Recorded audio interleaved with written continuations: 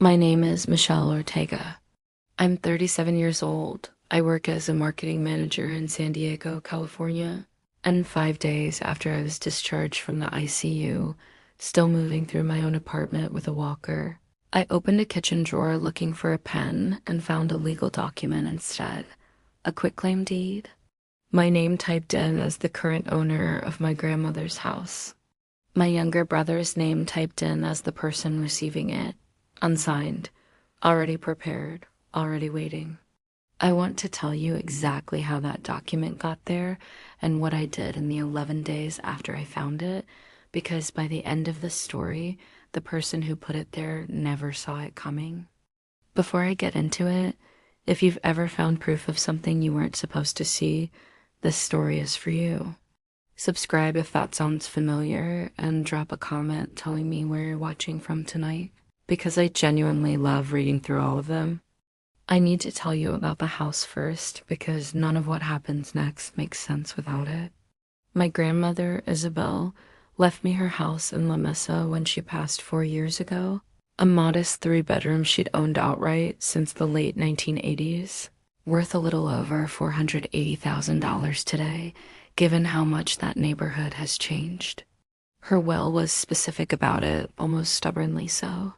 The house went to me, her oldest grandchild, and her attorney read the exact line to me at the will reading because Isabel had insisted it be read aloud. The house goes to Michelle because she is the one who sat with me every Sunday for 15 years, and family isn't measured by who shows up loudest. It's measured by who shows up at all. My younger brother, Danny, is 33, and he had, by his own admission, a complicated relationship with our grandmother. He visited maybe twice a year, always with a reason for why he couldn't make it more often. Isabel left him a separate cash inheritance, smaller but real, and he spent it within about 18 months on a truck and a vending machine business that never turned a profit.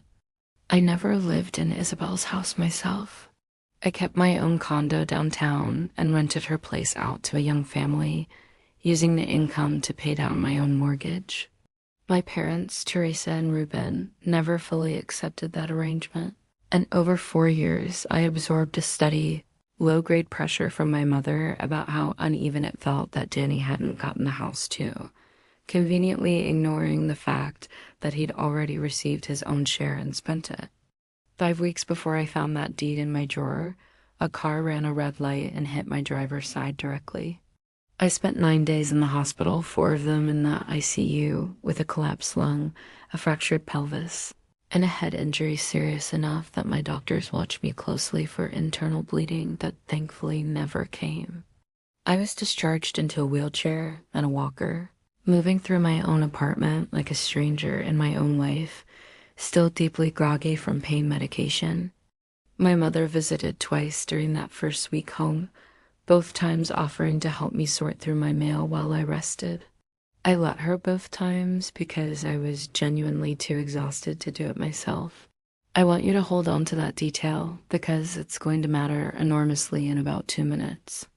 5 days after my discharge, I was looking for a pen in the kitchen drawer where I keep bills and paperwork, and instead of a pen, my hand landed on an envelope that had already been opened and resealed with a thin strip of tape along one edge. Inside was a quitclaim deed form. My name typed in as the current owner. My brother Danny's name typed in as the recipient. The correct property address. The correct parcel number. Unsigned, but fully prepared, sitting exactly where I would eventually find it, in the drawer where I keep everything important, waiting for the moment I was tired enough, foggy enough, to simply sign it without asking too many questions. I sat down on my kitchen floor, Walker beside me, and just stared at it for a long moment. Then my phone buzzed. A text from my mother: "Sign the house over to your brother today." It's the right thing to do. Danny needs stability, and you already have your condo. If you're already feeling your stomach turn a little, stay with me, because it gets more complicated before it gets resolved. And if this is hitting close to home for you, drop a comment and let me know, because I read every single one. I called her immediately, my voice still weak from the ventilator days earlier. Mom, what is this? I'd just found a deed in my kitchen drawer with Danny's name on it. There was a pause, just a beat too long. We were just planning ahead, honey. Danny's lease is up in 2 months, and if something happened to you, God forbid, that house needs to already be settled in his name so there's no confusion later. We just need you to sign it now while everyone's thinking clearly about what's important. While everyone's thinking clearly? I want you to notice that phrase the way I noticed it, sitting on my kitchen floor with a compression sock still on my leg. My mother wasn't asking me to sign anything out of any real urgency about my health. She was asking me to sign it specifically because I was weak, medicated, and, in her mind, less likely to push back the way I normally would. There isn't really time to think about it too long, she added. Your father already spoke to a notary friend of his who can come by tomorrow morning to make it easy on you. I told her I needed time, hung up, and sat there on that kitchen floor for a long time, the deed still in my lap. I called my closest friend Priya that evening, mostly just to vent, not expecting real advice. Priya works as a paralegal downtown, and when I told her what I'd found and what my mother had said, she went quiet for a moment. Michelle, I need you to hear this from someone outside your family. A blank deed already prepared, sitting in your mail, and a notary scheduled specifically because you're weak and medicated, 6 days after an ICU stay for a $480,000 property. That's not a coincidence. That's a pattern I've seen documented in vulnerable adult fraud cases. You need to call your own attorney before that notary shows up tomorrow, not after. I called my attorney first thing the next morning, a woman named Carmen Delgado, who had helped me set up the rental agreement on Isabel's house years earlier. I told her everything, forwarded her the text message, and read her the deed word for word over the phone. She asked me one question that changed the shape of everything that followed. Michelle, has anyone come to see you in person since you got home, offering to help manage your mail or paperwork while you recover? My mother, twice. Carmen told me to cancel the notary appointment in writing, by text, so there would be a clear record, and to not sign a single thing until she'd had time to look into it properly. I texted my mother that afternoon. I'm canceling the notary. I need more time. Her reply came back within minutes. Michelle, don't be difficult about this. Danny is family too. If you're wondering what you would have said in that exact moment, hearing your own mother frame protecting your own inheritance as being difficult, I want to ask you directly. What would your next message have been? Tell me in the comments, because I still think about how close I came to just going along with it out of pure exhaustion. Over the following 4 days, Carmen and I put the full picture together. She pulled the county recorder's public access logs and confirmed the blank quitclaim deed template had been downloaded from the county's own website 3 days before my accident had even fully stabilized, using a public library computer. 3 days before. Not after my mother heard the news and panicked. Before. That detail sat wrong with both of us for different reasons. Carmen's professional. Mine, something closer to grief. She also discovered that my father had called Isabel's original estate attorney 2 weeks into my ICU stay, while I was still unconscious, asking whether the house could be legally transferred using a medical power of attorney I had signed years earlier, one that only covered hospital treatment decisions. The attorney had correctly told him no. That document had no authority over real property. My father had tried the front door first, found it locked, and apparently decided to try the back door instead, once I was home and tired enough not to ask too many questions. I called him directly once I was steady enough. Dad, did you call Grandma's old attorney to ask about transferring the house while I was in the ICU? A long silence. Michelle, we were trying to plan ahead in case something happened to you. It wasn't meant to be sneaky. I asked him plainly why, if it wasn't sneaky. Nobody had told me any of it while I was actually recovering. Another pause. Your mother thought it would be easier to handle once you were feeling better. so you wouldn't feel pressured while you were still in the hospital. I want you to sit with that sentence because it's almost the exact opposite of what actually happened. They hadn't waited to protect me from pressure. They had waited until I was home, medicated, and alone, which is precisely when pressure works best on a person who can't fully push back. I asked Carmen what my real options were. Because the deed had never actually been signed, no fraud had technically been completed. What I had was proof of attempted undue influence, timed with a precision that made it very hard to explain away as a simple misunderstanding. Carmen suggested we document everything formally in writing, and that I decide how I wanted the truth to land. Quietly between the four of us, or plainly in front of everyone at once. I asked my parents and Danny to come to my apartment the following weekend, telling them only that I wanted to talk about the house now that I was feeling stronger. My mother, I could tell from her voice, still assumed this meant I was finally ready to be reasonable.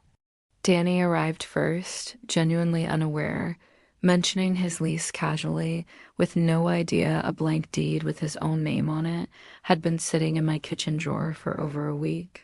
My parents arrived 15 minutes later, my mother carrying a container of soup. I laid the folder on my coffee table and slid the first page toward Danny before anyone else could speak. Before anyone says anything, I want you to see this. It was the blank deed. His name already typed in, next to the county record, showing exactly when it had been downloaded, 3 days before my accident had even stabilized. Danny read it slowly, his face shifting from confusion to something much heavier. Wait, this has my name on it already. I didn't ask for this. I didn't even know it existed. My mother's composure cracked instantly. Danny, we were planning ahead. We didn't want you to feel awkward asking for what's fair. Danny looked at our parents, and I watched something shift in his face I genuinely hadn't expected. You put my name on a legal document for her house while she was in the ICU, and neither of us knew? Do you understand how that looks? That's exactly the kind of thing that gets people accused of elder fraud, except she's not elderly, she's my sister, and she was unconscious in a hospital bed. My father tried quietly. We just wanted things settled fairly before anything else could happen to her. I spoke next, as evenly as I could manage, because I promised myself I would let the paper do the heavy lifting rather than my own anger. You had a notary scheduled to come here 6 days after I left the ICU, while I was still on painkillers, to sign over $480,000 property. That's not fairness, Dad. That's timing a decision for the exact moment I'd be least able to say no. The room stayed quiet for a long moment. Danny finally looked at me and said something I will remember for a long time. I don't want the house like this. If Grandma wanted you to have it, that's her call. Not something Mom and Dad get to arrange behind your back while you're recovering. Here's where things stand now. I documented everything formally with Carmen. A written record now sits in my own file specifically in case anything similar is ever attempted again. Carmen also made sure the county recorder's office has a note flagging any future attempted transfer of that parcel for manual review, purely as a precaution. My relationship with my mother remains genuinely strained. She still describes the whole thing as blown out of proportion, which tells me she hasn't fully reckoned with the timing of what she attempted. My father has been quieter since, and told me once plainly that he should have refused to make that call to Isabel's attorney in the first place. Danny and I are closer now than we've been in years, and he's told our parents more than once directly that he wants no part of any arrangement that isn't fully transparent with me from the very start. If there's one thing I want you to take from this, it's this. The moment someone asks you to sign something significant, specifically because you're too tired, too medicated, or too overwhelmed to think clearly, the timing itself is the whole story. A real request for fairness can wait until you're actually able to think. Anything that can't wait that long was never really about fairness in the first place. If this reminded you to check your own mail after any hospital stay, do it today. Share this with someone who's ever been pressured into a decision at their weakest moment. Tell me in the comments, would you have signed it if you hadn't found that deed first? And if you want more stories like this one, subscribe, because there's a lot more where this came from.